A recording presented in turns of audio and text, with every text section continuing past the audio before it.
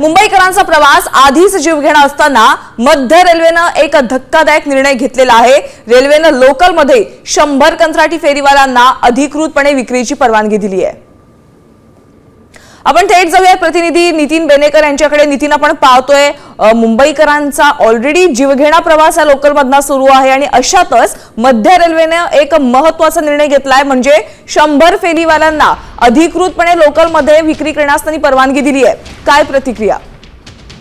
Madam, विशेष म्हणजे जर आपण बघितलं की परिस्थिती खूपच धक्कादायक आहे। जे लोकलमध्ये दरवर्षी 2,500 पेक्षा प्रवाशांचा अपघात होतो, ज्यामध्ये 2,000 पेक्षा जास्त प्रवाशांचा मृत्यू होतो, तितकेच जखमी होतात आणि जवळपास तितकेच म्हणजे जखमी होतात। म्हणजे 2023 मध्ये अशी सुविधा काढण्यात आलेली होती, त्यावेळी प्रवासी संघटनेने सुरक्षेचा प्रश्न आणि गर्दीचा मुद्दा उपस्थित करत तीव्र विरोध केला होता आणि रेल्वेच्या प्रक्रिया त्यानंतर थांबवण्यात आली होती। मात्र आता 2 वर्षानंतर ही पुन्हा प्रक्रिया केली आणि एक कंत्राटदाराची नियुक्ती केलेली आहे आणि या कंत्राटदाराला सीएसएमटीचे कल्याण आणि सीएसएमटीचे पनवेल हार्बर आणि मुख्य मार्गावर प्रत्येकी 50-50 कंत्राटी फेरीवाले नियुक्त करण्यात आलेले आहेत आणि त्यामुळे आता पुन्हा एकदा प्रवासी संघटनेने याचा विरोध केलेला आहे। अगोदरच प्रवाशांना चढण्यासाठी जागा नसते आणि नक्कीच नितीन, धन्यवाद या सविस्तर आढाव्यासाठी। आपण पाहतोय 2023 मध्ये